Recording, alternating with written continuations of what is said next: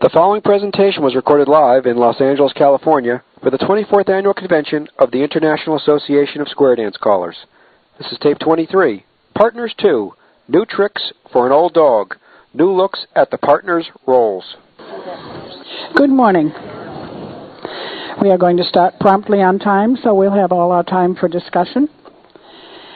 This panel was subtitled New Tricks for an Old Dog for a reason. Because the role of the caller's partner is an old dog.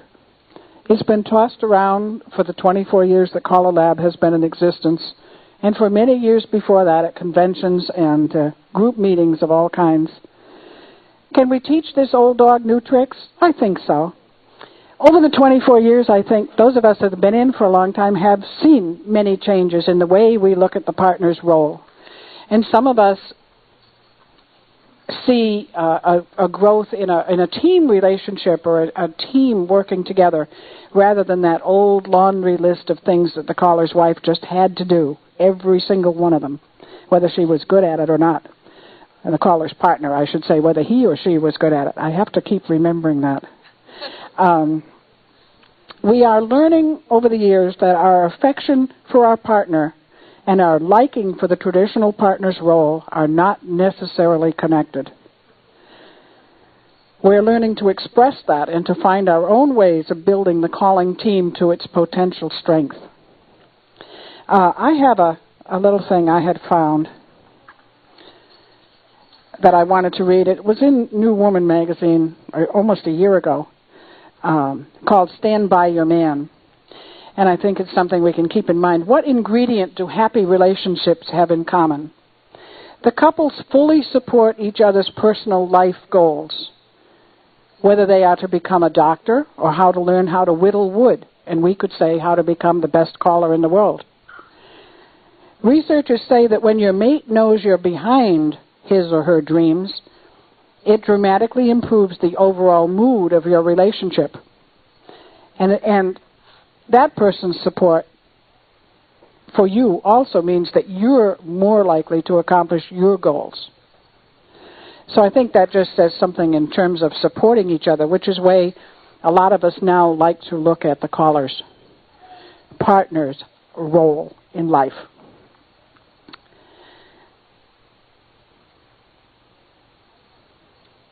I have to keep being careful to talk about partners. So if I slip, everybody wave something at me. In our committee meeting just a little while ago, I said that I feel that our female partners perhaps have a little more trouble adjusting to the role, and that's why we aim a lot of the material at them. All new callers' partners need help. They need to know that they're not alone in life. But those who are veteran caller partners need new stimulus sometimes to look for the fun in the activity and to get rejuvenated in thinking about what we can do and what our role is. So we hope that through the panels this year that you'll go home with at least one new viewpoint about your role, and that's the aim of the panel this morning. We need to look really for the fun in this activity. And I'm not a Pollyanna. I'm as big a griper as anyone. But there are a lot of fun aspects to this theme that we really enjoy, like the fashion shows and the after parties, sometimes, especially if we're not in charge of them, and sometimes even if we are. They're fun to put together and fun to do, and sometimes the preparation is as much fun as the finished product. One of the great things about square dancing that we need to emphasize is the friendships, and coming together at CALLERLAB and seeing people that we haven't seen for a year or so. Visiting is always great fun.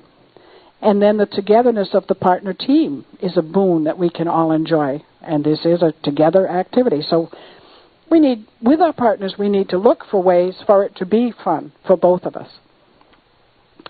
One year at one of these meetings, one of the partners told me she couldn't seem to find a place for herself in square dancing. She had a master's degree in, I think, with some social work background. She had the expertise to make a contribution somewhere, but she wasn't quite sure where it was supposed to be. And wanted to know what I would recommend. I'm always a little embarrassed when people ask questions like that because I never know the answers. But one of the things that I would say, if you can't find a place for you, if you feel like the odd person out, get involved in something else. Get involved in something that interests you. Barbara Fear was just saying that she and her caller partner got involved in horses. And pretty soon the horse activity, this is just what I was going to say this morning, pretty soon the horse activity got tied in with square dancing on horseback. But I was thinking of some things you could get involved in. The cleanup crews on the highway is one thing that I got involved in after we moved to New York. And we go out 4 times a year and clean up 2 miles of highway, the people who own property right around us. Well, I've seen square dance signs along the highways sometimes. The highways are being cleaned up by the Do-Si-Do or Square Dance Club or something. Good publicity for your club. But it's also a way that something that you might do because you're interested in ecology, or you might do because you're interested in volunteering at a hospital, will somewhere along the line lead back into the square dance activity and make a connection with the club that you work with or something along the line. So keep an open mind. If you can't find your place somewhere, there's a place for you somewhere, and you just have to seek it out. Look for your own abilities and find out where you can use them. I never really liked the phrase, but I think it might be a good one. Be a point of light. We have a good panel this morning. One of our panelists is sort of up in the air, and whenever he walks in the door, we're going to put him on. I'm going to introduce the people on the panel and tell you what they're going to talk about so you know what's coming. I have asked all the panelists to be fairly brief, under 10 minutes, which will leave us time for discussion at the end. This is the lineup as it is. I asked Sharon Junk to talk about the supportive square dance partner who does not participate in square dancing. And she said yes last fall, but then she didn't come. So Jerry has promised to stop in and talk. So whenever Jerry walks through that door, we will put him on next. And if he never does, I'm sorry, you'll have to corner him in the hallway. And because his time, as you understand, is quite busy. Al Chock volunteered to talk. He's got a plan by which some partners might be interested in helping spread education about education about square dancing in the schools. And you have a handout on that already. Terese Farrar is involved in the Arizona Callers Association that had quite a discussion on whether or not partners should be full members in the association. So she's going to fill us in on that and what the final decision was. One of the things we do as we get so busy is to forget that it's nice to have some relaxing moments through music or flowers or something. And April Kendall is a florist, and she's going to talk to us about creating a little beauty in our lives. That's kind of a different little thing we're going to stretch in. And maybe someday when you're really harried, you'll take a look at some flowers and think, or do something with flowers and cheer yourself and your partner up. Judy Campbell's going to talk about taking care of number one. That's you. And how to deal with dancers' expectations of us. And then, to bring it all to a close, Kenmille is going to add spice to the calling team. She said that's her role in life. So we have, and in case you don't know who or which, I didn't tell you where they were sitting. Al Chock is on the end here to my right. No kidding. In case you haven't guessed. Alberta. I could look this way.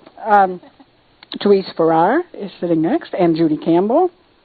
On my left, April Kendall, and Kenmille. And Jerry is somewhere.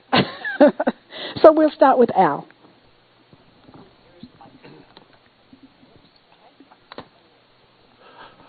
I'm a caller's wife. And very frequently my fellow callers' wives will ask me, how long have you been calling? My answer now is since 1977, twice. Yona was sick.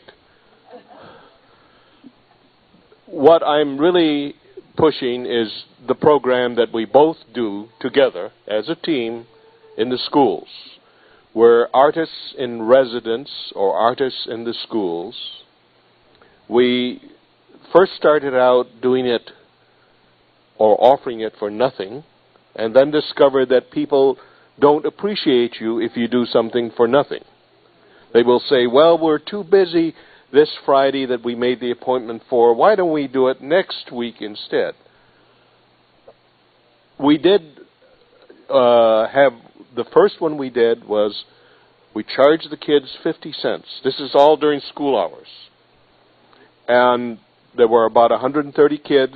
They had a wonderful time in an hour, and they said one of the epithets that Yona wants on her tombstone is that she was worth 50 cents. In the Artists in Residence program, or Artists in the Schools, which is funded by the school district, some by the state, and some federal funding, because it's an arts type thing, at least in Hawaii, we get $80 a half a day, whether we do 1 hour, 2 hours, 3 hours, or 3.5 hours, because that's the length of a half a day of school. We will do what would be a one-night stand type thing, or a session, a program of 5 to 8 sessions, which means an hour, hour and a quarter. And we target the 5th grade because that's the unit throughout the U.S. that hits American history.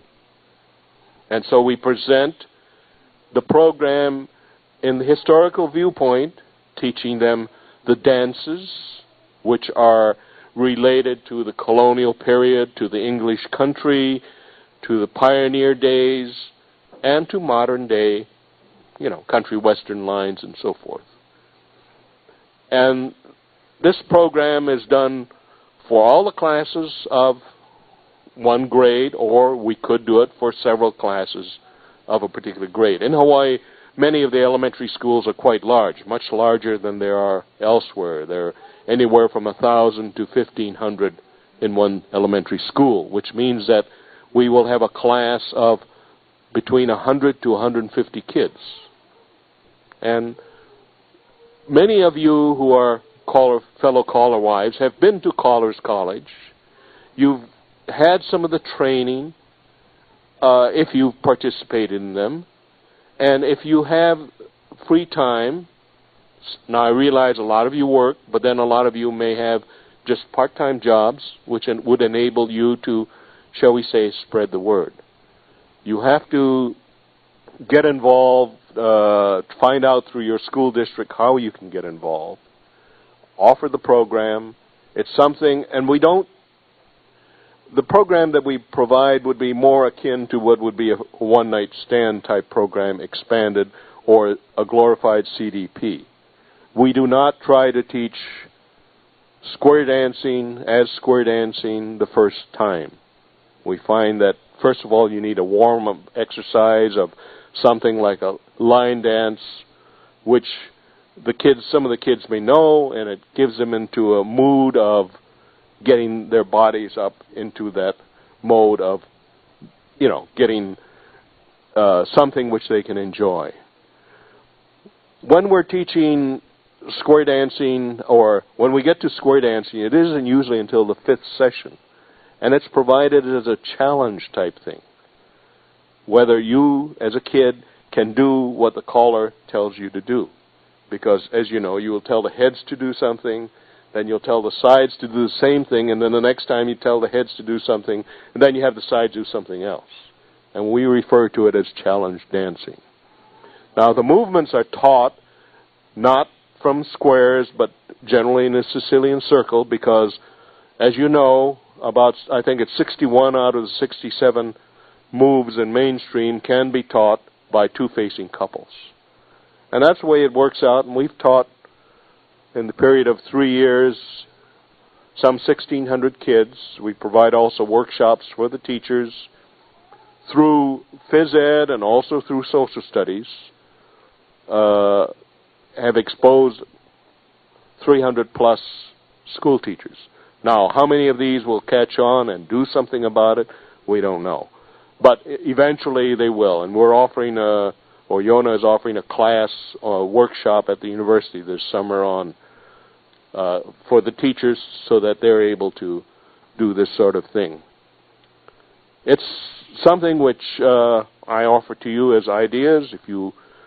This handout, which is on the chair out there, gives you information generally, and it gives you our address, and we're happy to talk to you about it. We have email, so you can communicate with us immediately, and I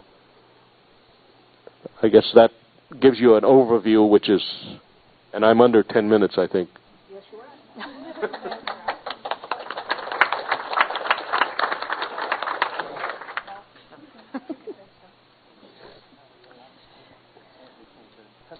Well, my name is Terese Farrar, and my husband is Dennis.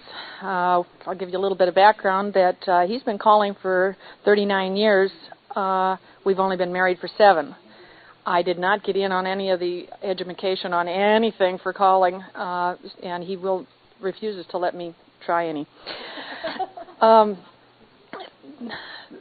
I support him fully in what he's doing. I love his computer mind and everything, and that's part of the reason I'm up here. He's disappointed that I got to be here instead of he get to be doing something, but that's quite all right.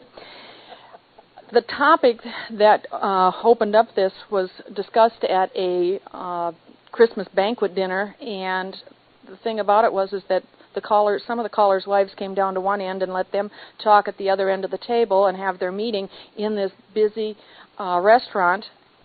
So I didn't pay any attention to what was going on until Cathie calls me and asks me if I would go ahead and do this.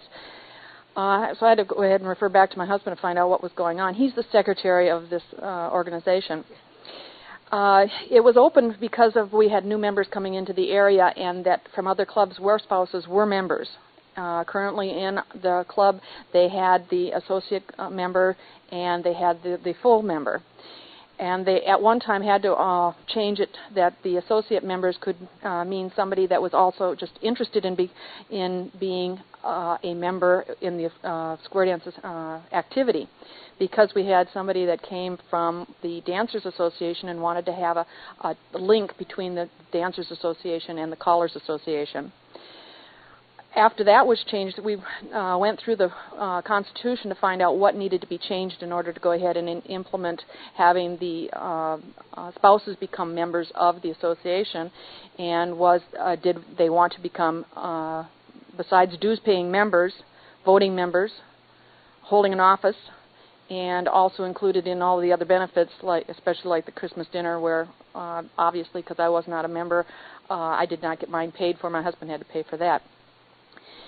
The conclusion came to be the fact that no, the spouses that were there decided they didn't want to go ahead and hold an office. We didn't want to vote because we felt that this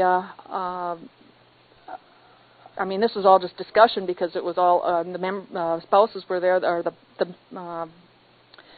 voting members were the ones that were getting our input in on it, as well as that we help them out with their office anyway, and there was a fear that there might be even a lack of participation if we ended up having 2 members, the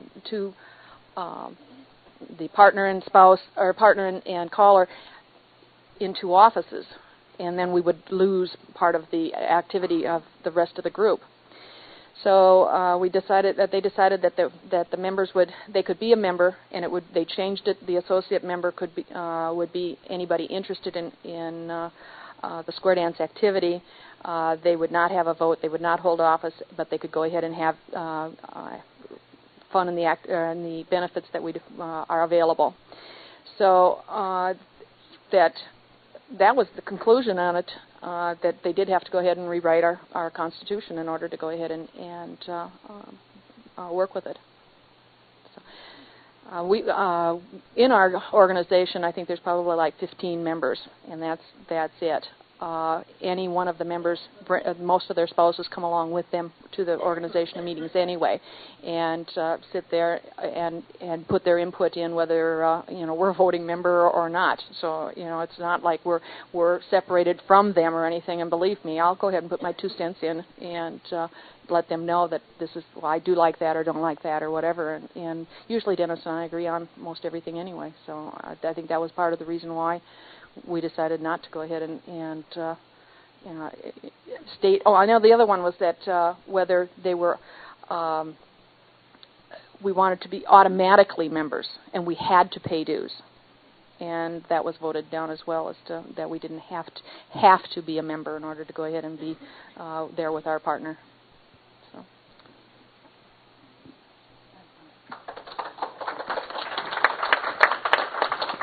Yes, I guess, I don't know that I ever gave you a chance to clap for Al at the beginning. You can give him a hand now, too. Okay. I want to do all the presentations before we have the discussion. So if you have comments on Terese's presentation, keep it in mind, because I think we will have some discussion on that, because a relative question just came up in the Partners Committee. So I think there will be some discussion, and we may or may not agree with what the Arizona callers did, but we put it in here as I happened to see it in the minutes that came through to Stan, and thought, oh, we can put that on our new view, because that's a question that's coming up more and more now in the square dance scene. So keep it in mind for your question. Next is April Kendall, and she's going to talk to us about flowers. Hi. How are you doing out there? Let's not fall asleep now. Too early. I'm April Kendall. My husband, Gary, has been calling for about 14 years now. We're from Fairfield, California, up in the Bay Area. And thank you, Cathie. This was a challenge for me. When I received a little paper from Cathie saying that I'd be creating beauty around us to combat stress with flowers in parentheses, I thought, now, I've been in this industry for about 15 years. How can I look at this without thinking stress? What does every florist do at holidays? Stress out. So it was an opportunity for me to look at the situation from a different point of view. Thank you. So I proceeded to make myself take a look at all the fresh flowers that I might have in my house. And when I looked around, I realized that I didn't have enough. So I immediately got my trusty little knife and went outside and picked myself a bouquet, came in and made myself an arrangement for the kitchen table. Since I spend most of my time either there or up at my office, I thought, well, that'd be a good place. Everybody else can see it too. So I will tell you that it did make me feel better, and I think you all feel better when you see fresh flowers around. But let's not forget that we can also get benefit from fresh plants. In our houses especially, we should try and bring a little bit of the outdoors in, so that we have a feeling of freshness. Your green plants will help to clear your air. You should have 1 6-inch green plant for about every 10 square feet in your house. You might think about a little bit more in highly trafficked areas or places that you're in a lot. It not only helps clean and refresh your air, but it gives you that feeling that you're a little bit closer to nature. You can take and put different things other than just green plants. You can use flowering herbs in a basket in your kitchen or in little pots. They're not only good to look at, but they're also good to eat. For those of you that cook with herbs, it might be a new experience. to pick your own right fresh from the kitchen window. It's not hard to do. They're very hardy. If any of you now grow herbs in your garden, you know that they just take off and kind of go on their own. And the birds like them, the people like them, and they're kind of a lot of fun to do. So when we want to create flower atmospheres from flowers or plants around us, you want to think about tucking plants in corners, next to books on bookshelves, on windowsills, for using them for backdrops if you want large plants to be kind of a backdrop for your a nice easy chair. Make your containers fit into your decor. You don't want to use a basket container in a very formal living room. So take into consideration what your containers look like and how they would fit in your decor. Consider the foliage color. Now, when you think of green plants, you think green plants. They're green plants. Well, they're not all the same green. There's many, many shades of green, and the different shades of green will go with the different colors of your decor. So you might want to take into consideration the color along with the size that this plant is eventually going to be. Some of them will grow very fast. Some of them will die very fast. Take into the consideration the amount of lighting, and please buy a plant that only needs a little bit of light if you're going to put it in a dark corner. And there are some. We won't get into the different kinds. I'm sure there's many books and stuff like that about that. Now, when I talked to Darlene, who's sitting in the audience, about this subject at our colors meeting one time, she said, "You know, when I get a bouquet of flowers, it stresses me." You were talking about roses, I believe. She just said, "I think of how much somebody had to pay for those roses, and they're just going to die." Well, there's alternatives. You don't necessarily have to have a full bouquet of roses.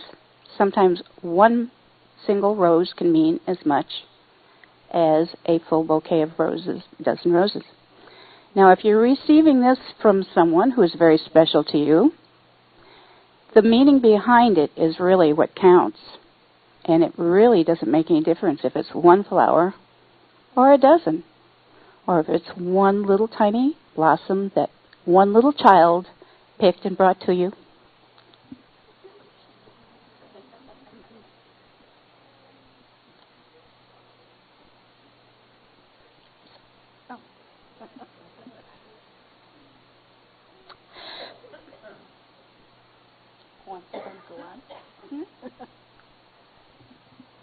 I think this is an appropriate time to mention to the men in the room how nice it would be to send your sweetheart flowers. Are you listening, sweetheart? Okay, now that I've regained this. It does. You don't have to have a special long-stemmed dozen roses. However, if you happen to have a neighbor who has a nice rose bush, you might have roses there for the asking. Or if you happen to grow your own, you can have roses just like what the florists have by growing roses in your own backyard. Now, there are a few pointers for this. If you're going to use your own garden roses, in order to get them to look like a florist rose looks, you want to pick your roses at night. You want to cut them in the evening. After you cut the roses, and you want to cut them long enough that the stem is longer than the 5-leaf petal, at the first 5-leaf petal.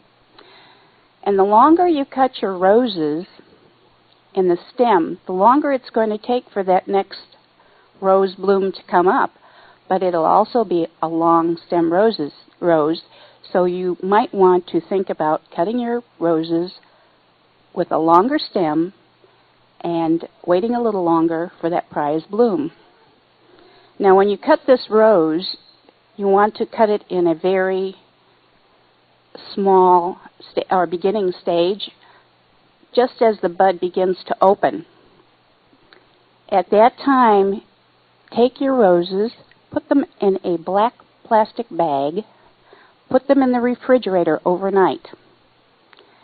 When you take the roses out of the refrigerator in the morning, you want to immerse them in a warm water bath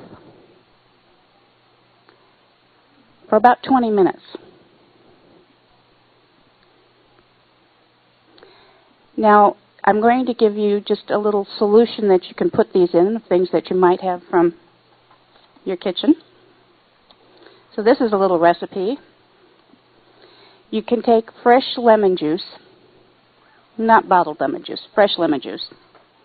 Take about a tablespoon of lemon juice to a quart of water, 2 tablespoons sugar, and I use about 3 drops of bleach, household bleach. They say like 1/4 of a teaspoon, but I think it's easier to do it by dropper. Then you don't have a tendency to dump the whole thing in. This should be tepid water. Now, as an alternative, if you don't want to go out and pick that fresh lemon, use 7-Up and water, equal parts, and about 3 drops of bleach.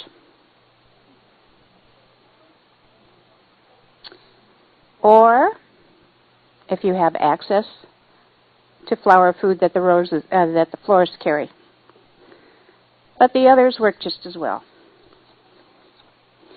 Now that we have our solution created, and we're going to take our roses out of their warm water bath that they've been in for about 20 minutes.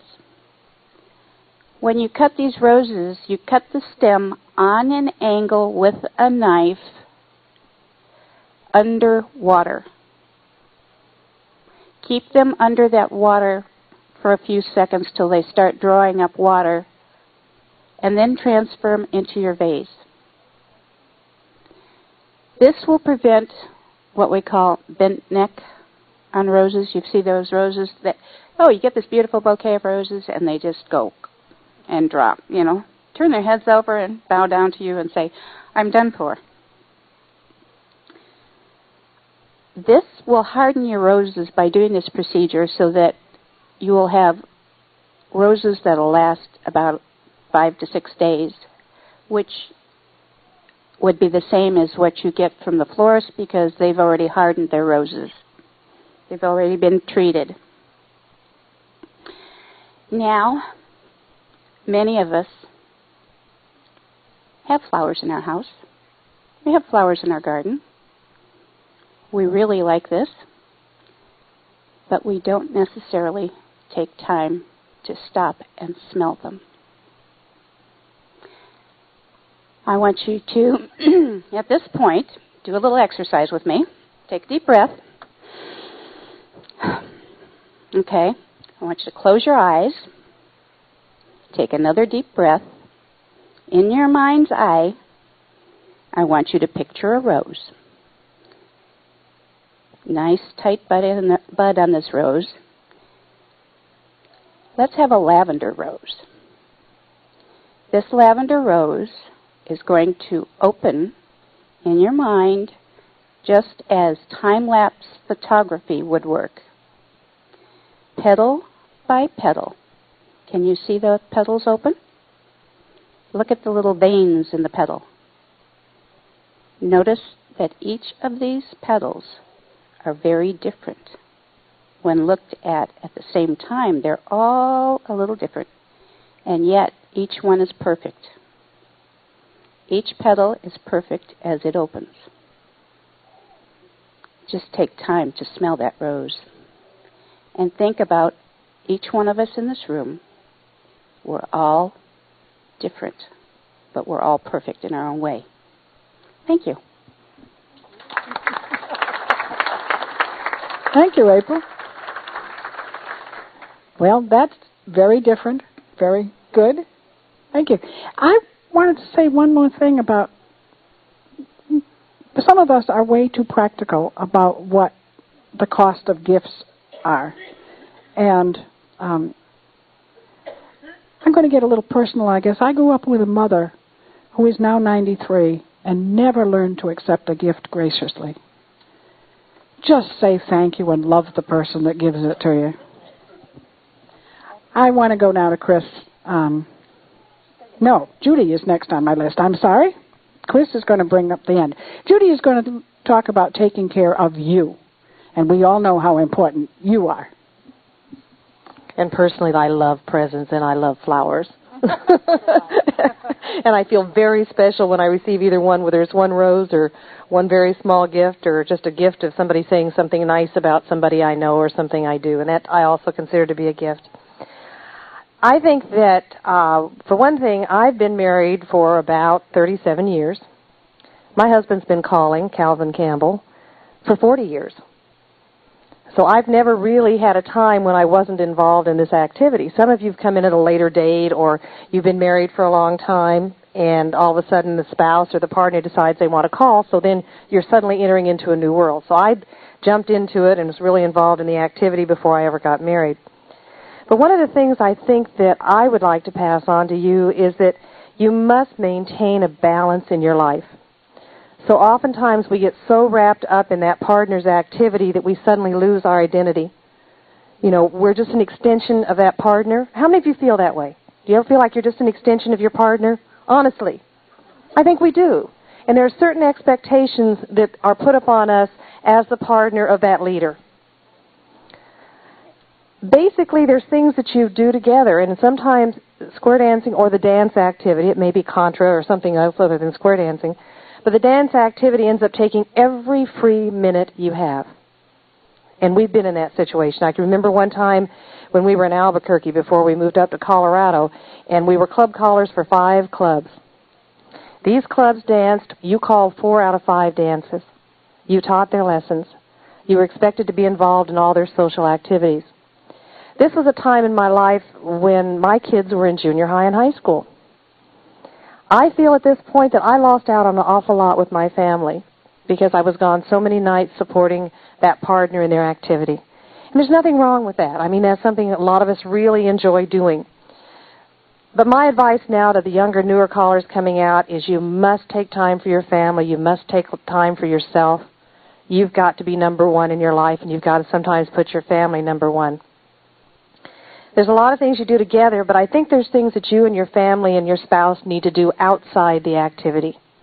I think you need to have another interest in your life, something, whatever it might be, whether it's church or whatever. Ours, we found out to be, was hot air ballooning. We went and got a hot air balloon. For one thing, it's something the whole family can enjoy together. It's something we can share with our friends. It's something that's done early in the morning, so you don't have to worry about competing with dates or calling dates or something like that. It might be something as simple as playing golf together or tennis, listening to music together, going to the theater once in a while together, something so you have something to talk about other than dance. Now, how many of you get tired of talking about nothing but dancing? Honest? Come on, honest, honest?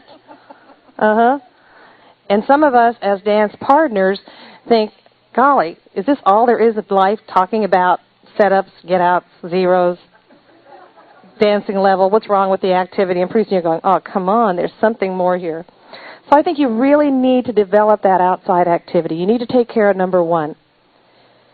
The other things we always did, even at the time that we were doing a lot of calling, and we've kind of backed out on it quite as much as we used to do, and I think a lot of us have had a lot busier times, is we always had at least one meal together during the day, usually supper, simply so you could sit down together as a family unit, whether it's 2 people, husband and wife, 2 partners, whatever it took, to really get back in touch with one another and to share your feelings. Some of our partners take a lot more active role than others. How many of you take a very active role with your partner? Okay. How many of you actually sometimes share the mic with your partner?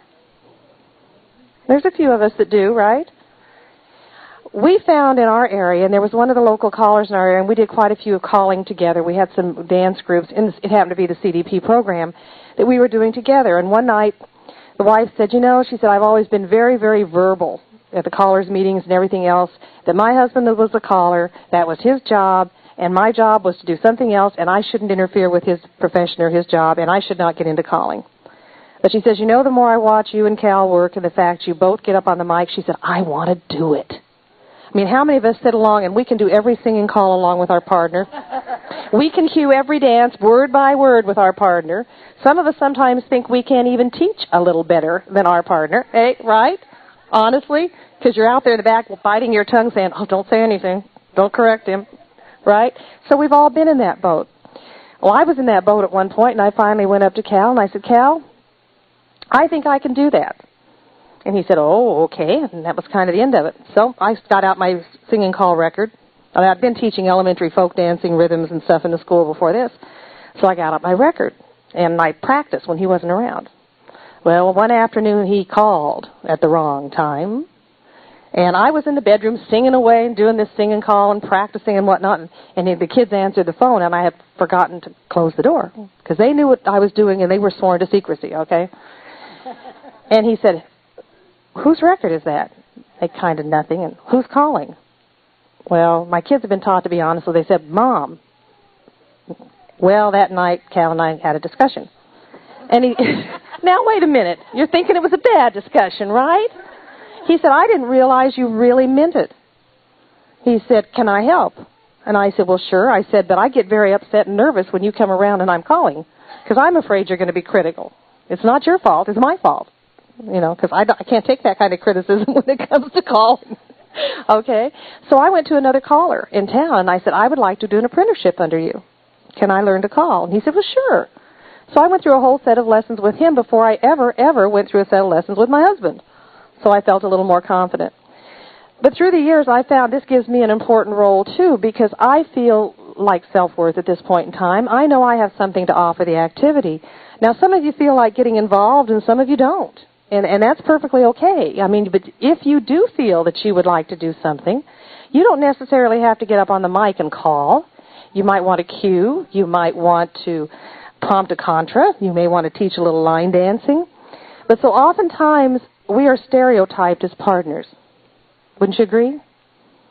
You know, what are our expectations? We have certain things that we're expected to do.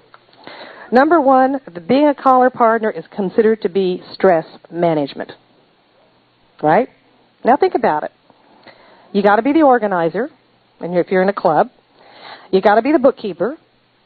You got to take care of people's feelings and comfort them when they get upset, they get angry, they get hurt, whatever. You have to have a listening ear. You have to be the liaison between the dancer and the caller, right? They come to us oftentimes as partners rather than going to the caller. So you have to have that. And as far as do we call, I would like to answer our friend down here on that. When they used to ask me that, what do you call? I said, yes, I probably call 40 times a week. I call you, and I call the other person, I call the other dancer, and I call this, and I call that. Okay, so that's a good answer when they ask if you call. Okay? You also have to be a phone bank. You have to take calls. You have to send out calls. You have to be a sounding board. You have to be a greeter. And you have to be a critic. But you got to do it nicely, right? Oftentimes, as a partner, we're put in this role, and we're expected to do all of these things. But what happens if you go to a dance some night and you've got a splitting headache, or you really don't feel good, or a job isn't going right? What happens if you don't fulfill the role as greeter, et cetera, et cetera? I was talking to Cathie, and this is where she got me into this partly. We were on a bus, and we'd been spending a lot of time on a bus over this long weekend. And we got to talking about things that had happened, and she was talking about this board. And I said, I can remember going to a dance one night, had a splitting headache, and I really didn't feel very good, but I felt like I really ought to go. I mean, after all, I had to support my partner, right? So I went in, and I was pretty quiet, and I went over and I sat down. I thought, well, now I'm here, you know, and I'll talk to people that come and talk to me, but I didn't feel like going around and saying hello to everybody in the hall. I didn't really feel like getting out there and playing that smiley face greeter. I tell you, it wasn't 24 hours till the rumor were flying. Well, Judy's mad at me, or Judy's mad at somebody, or she must have had a fight with Cal, or what did I do wrong, and so on. And we're often put into that expectation where no matter how we feel, or what's happening to us, we're expected to be there, to be up, to be happy, and to perform this role. In many cases, we're also expected to take care of refreshments, right? We're expected to support our spouse. Oftentimes, they expect you to cue the rounds. Now, how many of you have ever gotten a paycheck for that? Ooh, I see 2 hands. 3. You do better than I do. But often, yeah, there's another one back there saying, you bet I do, right? So we're often put into that role with that expectation. The other thing that sometimes happens in our lives, I've got a very bad knee. And in about, too soon, 2 weeks, 2.5 weeks, I've got to have the 3rd surgery on the same knee. When you go to a dance, you don't feel like dancing. And it's not really that you don't want to dance. It's usually killing your soul to sit there, tapping the other foot to the music, saying, I want to get up and dance. And we found that the best thing to do in that situation is to be honest with your dancers. I mean, get up right up front and say, hey, I've got a problem with my knee. I really want to dance, but I just can't. And still get up and socialize and do what you ever need to do. So you have to be totally honest about it and very upfront. If I had told him that night that I had a headache and didn't feel real good, it probably would have waylaid a whole lot of these problems of the expectation. The other thing that happens in our lives is the fact oftentimes, and many of us are getting a little older. You notice this gray hair? I've earned every one. They didn't just come. They were earned. Right, Kathy's saying, yes, that's right. Rejuvenate. Build something new.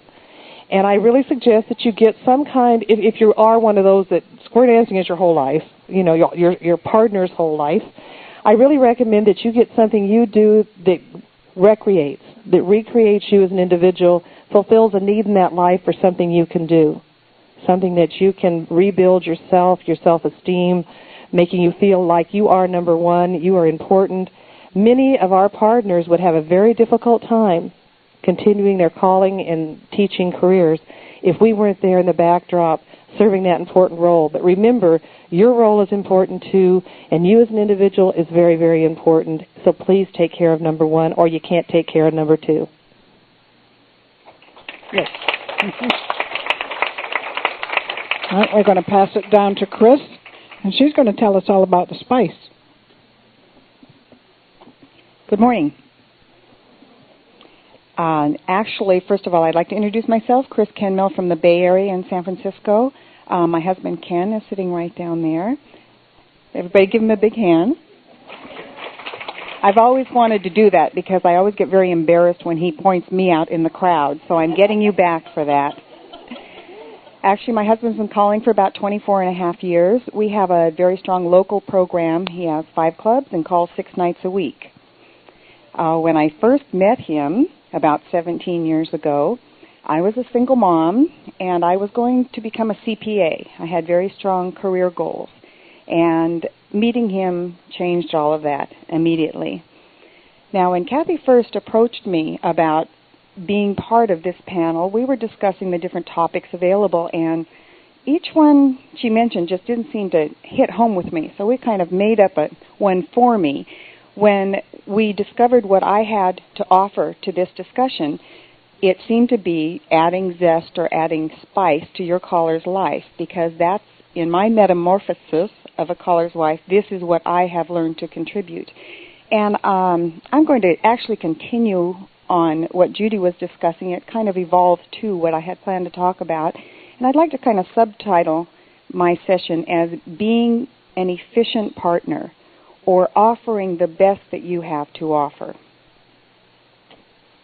Many have heard that a good partnership is 50-50. Well, I absolutely don't believe that. Let's throw that out the window. I believe a good partnership is 100%, 100%. I think that each person should be offering 100% of what they have to offer to this relationship, whether it's a business relationship or a marriage or a calling relationship. And when I first got into this activity, the role models that I had there, one of them is sitting right over there, Bobby Davis.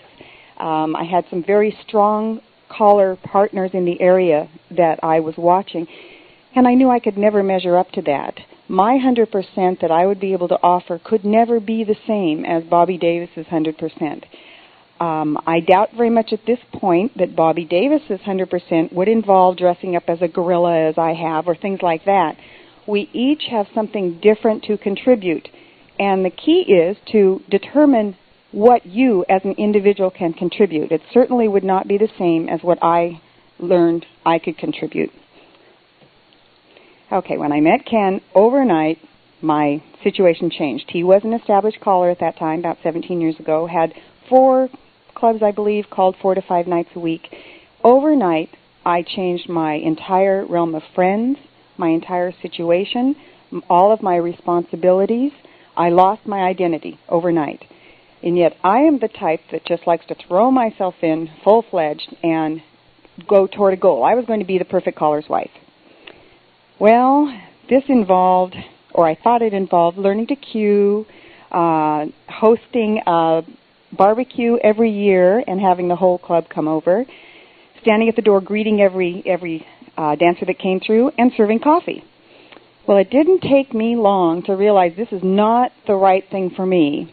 I remember my first CALLERLAB convention. I went to the Partners Committee, and the California lady I was with got up and spoke on the mic. She had a career outside the home, and the two of us realized that we were definitely a minority. It appeared that most of the women and men in the room did not work outside the home, and they were full-time callers' partners, and they discussed serving the coffee and things like that. Well, it took me about 5 years to realize that this was not me. I needed first to regain my identity and become something that I felt was worthwhile. So I did this. There are 3 things involved in this. First of all, you have to, this is my suggestion and this is what worked for me, you have to determine your strengths and your talents and what you can offer, and they're going to be different than anybody else's talents and strengths. My talents were that I have strong organizational abilities, I have great enthusiasm, I'm very good for details, names and dates. I guess that's all the talents I have. Now let's see. My weaknesses. Okay. I don't sing, I don't cue, I don't cook, I'm not a good hostess. Well, we'll just leave it at that. But I realized that I could not be like some of the other role models that I saw. So in doing some self-examination, I realized that what I needed to do was to concentrate on what made me feel important and worthwhile, my 2 abilities and strengths that I found. And in discovering this, I found not only in the calling relationship, but in my personal life too, I was able to find myself a situation where I was using these strengths, and that made me a more fulfilled person, so that in the time that I did participate in the calling situation, I could do it in a better way and more efficiently and effectively for me. It turned out, and I was very lucky, I must say here, that I have a husband who really, really allowed me to experiment with how I was going to participate. He never expected anything of me, and I believe that's unusual. I'm very, very grateful for that. I felt when we got married that I was required to go to every session, required to make coffee, all those things. He allowed me to feel the freedom of not being required to do all these things I thought were required. So as it ended up, I developed an image at club that I would always bring fun, and this is my personality. This is where I shine. I do not make coffee. I do greet every dancer as they come through. This is something I'm comfortable with and I'm happy doing. I create chaos. The dancers expect that of me. I do little mixers and do mini skits. He'll have a Saturday night dance. We had one President's Day, and he's such a good sport. He didn't know what I had planned ahead of time, but put a Abe Lincoln hat on him, and I came out as a reporter and interviewed him and just picked up these little skits and jokes from various sources. Reader's Digest has a great one-liner book. I'm always picking up Ray Stevens tapes, and anywhere that you can get anything like this to add just a little something different. Now, as I mentioned, everyone will have individual talents. This happens to be mine, bringing something different and unusual. The dancers expect it now of me. As a sideline, in my personal life, I realized that my needs were that I needed to have something where I felt wanted and important, and I needed a career. I am one that needs to work outside the home. This led me to go back into my career, and as it is, I work for the FBI. I am an investigator, and I came back from Little Rock, Arkansas. I am on the team, the Whitewater team, investigating the President and Hillary, and I told them that I had to be back for this weekend because I have something that's important to me. And in learning to balance your calling life and your personal life, you have to recognize where your priorities are. And I wanted to be here. This was a priority to me because my husband has given me the freedom to experiment, to have a career that I love and feel is important.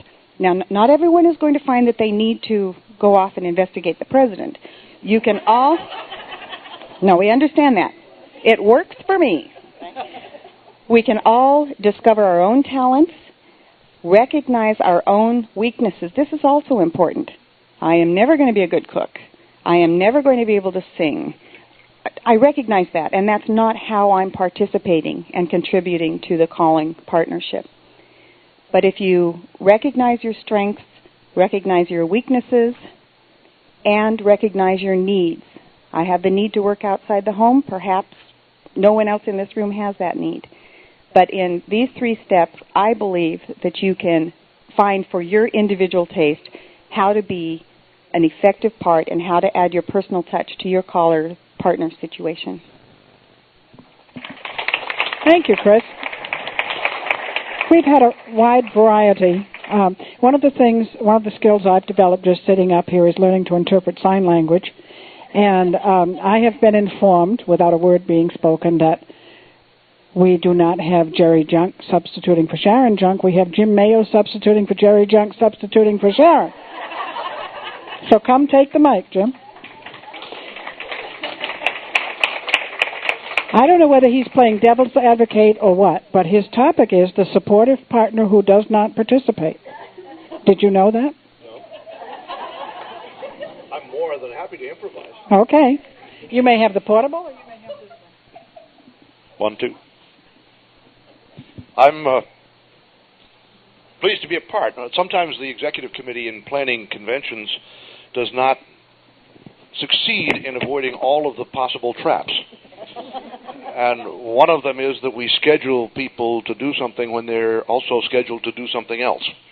And that's what happened in this instance, that Jerry happened to be scheduled for a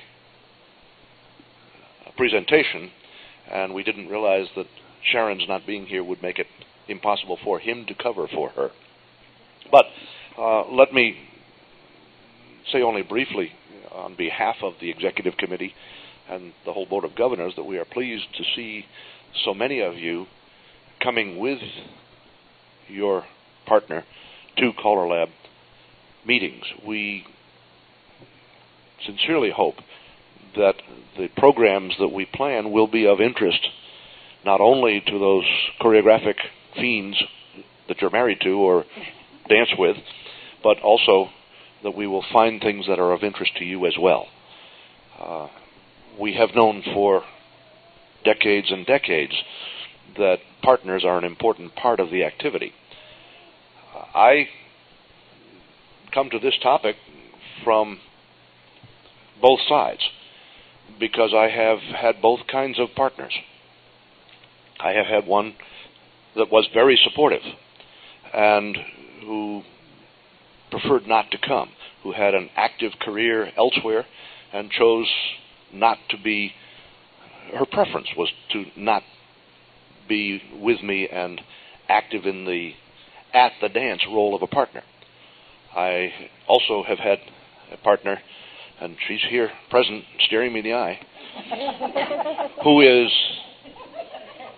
very active at the dance and one that I consider to be a very important part of my professional presentation. I'm pleased and have been pleased with both of those situations. I got lots of support from Clara at home, telling me ways in which I could do a better job. I get lots of help from Joanne at the dance. In fact, sometimes I think they come because they like to talk with her, And dancing to me is sort of an incidental inconvenience that they have to put up with. There have been times when I've had to say, Joe, would you stop the story so we could get on with the dance? Because the whole crowd is gathered around her table talking that way. The only point I really would like to make is that I personally, and I think to a growing extent, the whole of CALLERLAB believes that there are a variety of very helpful roles into which a partner can fit, and that whatever form of help is comfortable for the partner can be appreciated and important to the caller. And I'm very pleased to see a transition. I think in the earliest days of my experience in square dancing, the partner's role was in capitals, in boldface print, and was very clearly defined as a single possible role. At that time, that was the role of the wife in our society. As the role of the wife has changed, so also has the role of the partner. And I'm very pleased that we have been able to accommodate that. And I'm also very pleased that so many of you have come here and allowed me to have a chance to say something. Thank you. Thank you, Jim. I think he put in a nutshell what we've been trying to say throughout both panels. And you weren't even here, right? Okay, we still have a few minutes for discussion. And Terry Mallett has volunteered to run around with the portable mic. You do need, if you speak, we'd appreciate hearing your name first, but you do need to use the mic if you speak up so it will be on the tape. We want the callers to listen to these tapes, so let's make them interesting. No dead time. Comments?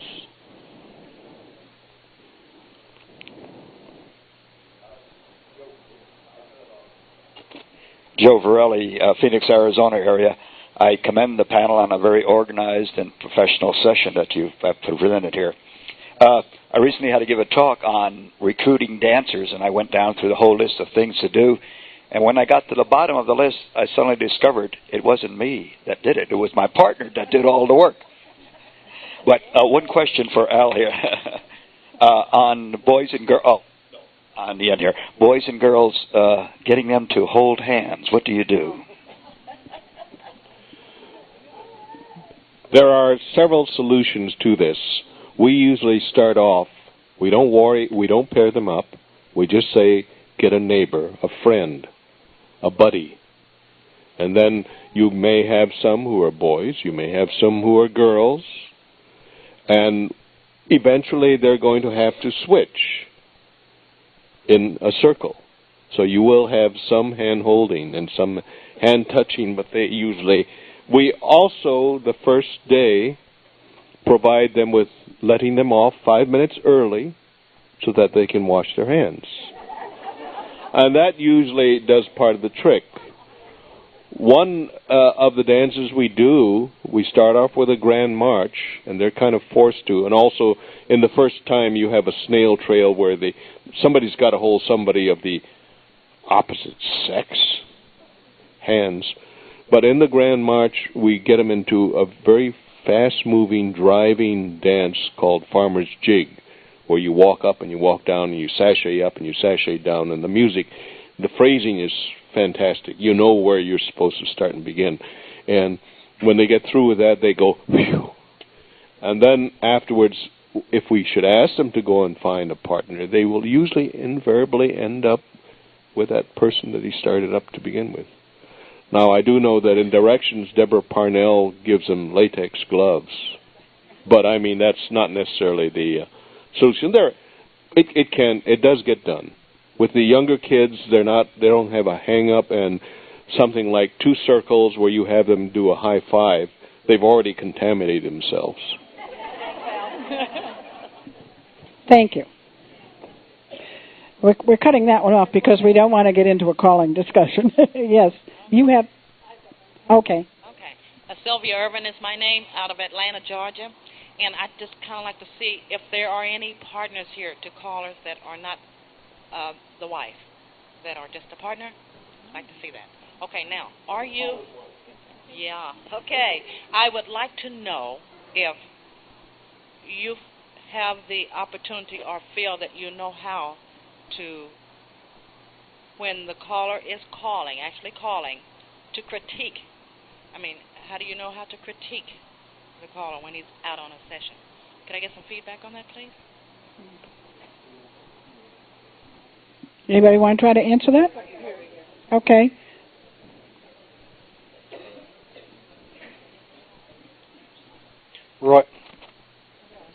Roy Gotta from New Jersey. The only way you can do that, one, don't critique them during the dance, period. I shouldn't say don't because every caller is different, but it's usually not a very good idea because you don't want to adversely affect their performance by getting them ticked off. And although I do know some callers that their best performance is when they're mad, but the way to do it is approach them from the standpoint of a dancer. In other words, you're a dancer, you're getting the feeling of the dancer, and before you tear them down, first of all, mention all the good things they did, and then it's but, and then they know it's coming. And usually they will not be receptive, they will be a little defensive, but that's the nature of the beast, in that callers are there initially for one reason, and that's to satisfy their ego. And there's nothing wrong with that. That's why I cue, to satisfy my enormous ego. Mm-hmm. But eventually, if it's a worthwhile criticism, they may not acknowledge it, but you'll see that they've actually done it. But I would strongly recommend not doing it at a dance, unless it's something like your voice is too loud, your music is too loud, kick up the treble a little bit if you recognize that sort of thing. It comes with practice. You're going to make some mistakes. I just wanted to make one quick comment because I think you're next in line from what I'm seeing. I agree with him as far as that type of criticism goes, but I think sometimes there's very positive criticism that we owe it to our partners to give them during the dance. If we see something that they're doing that might be offending somebody in the hall without even being aware of it, I think if you approach them correctly and maybe say, I see this problem and I thought you need to be aware of it, rather than say, I'm going to criticize you. But I think it's also our duty as a partner to make sure, because oftentimes we're around the outskirts of the hall and we hear these little things, right? And I think sometimes they're said in such a way that we're expected to overhear them, right? And I think we are there as a messenger and as a go-between between sometimes our dancers and that leader. And I think it's important, if it's going to affect that night's dance, that you owe it to your partner to, in a very nice way, talk to them about it during the dance. I think we had somebody else back there first. I just wanted to comment on this. Okay. Yeah. We have a series of hand signals as far as music and voice. Also, if there is a problem, particularly in a class, I usually go like this, and that timeout signal means, and then she'll ask me what the problem is, or I will tell her what the situation is, that they haven't gotten something, or repeat something. Yeah, I'm Dennis Farrar from Glendale, Arizona. I don't know what Teresa's told you here today, because that's my... You'll never know until you buy the tape. Anyway, I just have one comment. It wasn't until recently that I realized that my role as a caller has changed. Recently doing a festival over in California last month, the comment was made, if only one of you can come next year, please send Terese and your equipment. So I'm glad you can laugh about that. It's good. But anyway, Terese has been very supportive in what I do, and I think one of the things that she talks about a lot, and I don't do enough of it, and I'm sure some of the ladies here can relate to it, if your gal asks you to go out and dance, of course we had a square dance wedding, I don't know if she told you that or not, but it was like going to a job to me. I didn't, the last thing I wanted to do was go to a square dance. When you're calling 6 nights a week, you got a night free, you don't want to go square dancing. But, I've cut back quite a bit, so now if your gal asks you to go dance and she wants to go dance, let her go. And Terese has done that. She has gone out by herself, but I think I need to take an active part in going out with her more, and I probably don't do that because I'm thinking of me instead of her. So think of your partner. If there's any callers here, think of your partner, what they want to do. Maybe it's a job to you, but they want to go dance and have fun. Go with them and enjoy it. Thanks. That's a good point. Good point, yes. We had one back here in the corner.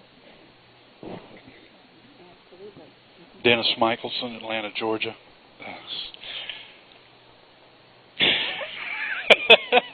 A caller who can't talk. What a concept. For the caller's point of view, your best, most consistent critic is your partner. You know it'll be done honest. Thank you. I'm going to just make two announcements. It is creeping up to 12 o'clock, but we can stay. We can fudge a little bit of time if you want to stay, and there are other comments. But just in case anyone needs to leave, the tour for this afternoon is on. Meet at 1:15 with your money in hand outside the registration office. And Kathy Davenport in the back row there is the one you look for. I think you've all found out who she is. Those of you who signed up to or raised your hand indicating intention to eat together this noon will meet. They've changed the table numbers, so it will be 6, 7, 8, 9, and 10, which are, I think, the front tables in the corner there. That's easy to remember, 6, 7, 8, 9, 10. We saved 50 places. There were about 40 hands yesterday morning, so let those who put their hands up have those places first, please. But we'll see you all at lunch. Are there other comments just as we close up here? Anyone else? Al? We just had a question handed to us. Let's address that first. Okay, this question was handed to me from Roy Gata, and it says, how many women have sent flowers to their partner? Whoa. Good for you. He said, we like them too. Don't forget that men like to receive flowers. Shall I tell you that I sent a boutonniere once when I was out of town to a convention to stand for a dance? He put it in the refrigerator and forgot to wear it.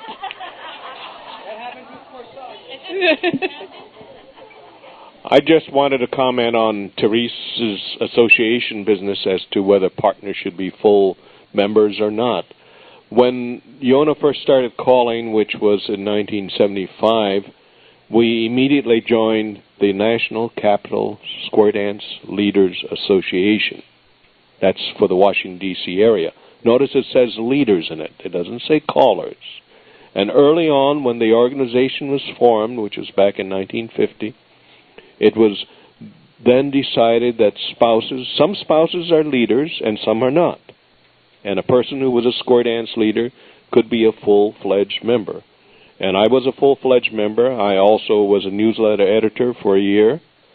And another organization to which we belong is CALLERLAB, which is the International Association of Contra Callers. But that one says callers, and I'm a full-fledged member, and I don't prompt Contras. Let me just take that one step further. We belong to the Denver Area Callers Association, and it is called a Callers Association, and Caller and Queuer, excuse me. They changed that so the Queuers are also part of it. The partners have a full vote whether they're a married partner or not. If they are considered to be their full-time partner in the dance activity, they have a vote. They don't actually hold office, but all partners are a partnership even in the office. So if Cal was elected president, I would be considered to be president right along with him. And I think it's a very good way to look at it, because even as we support our partners at the dances, we support them in the whole activity. So we're given full voting rights. We can serve on any committee. If I were to be elected president, Cal would be my co-president. I mean, it works that way too. So I think it's a very healthy way to do it, because all of us have a word, and we're going to get it in whether it's at home, tucked under the sheets, and I say, hey, hon, this is the way I think it ought to go. Or you should have an open vote. I know Cal was elected to the Board of Governors this year, and the first thing we did was talk to Jerry Junk, because we had kind of an orientation for the new board members, and he brought it up. And he said, Jerry, he said, what's the partner's role in this thing? How much of a voice? Can they talk in the meetings? And Jerry said, yes, they can. And they have they can speak up. Now, we can't vote, no, but we are able to speak up and state our mind. And it's a good thing, because I've never been known to not state my mind. Neither have I. Okay, we thank you all for coming. It is now lunchtime. We'll see you at tables 6, 7, 8, 9, and 10. Thank you very much. We had about 80, well, more at the end, 85 people or so here.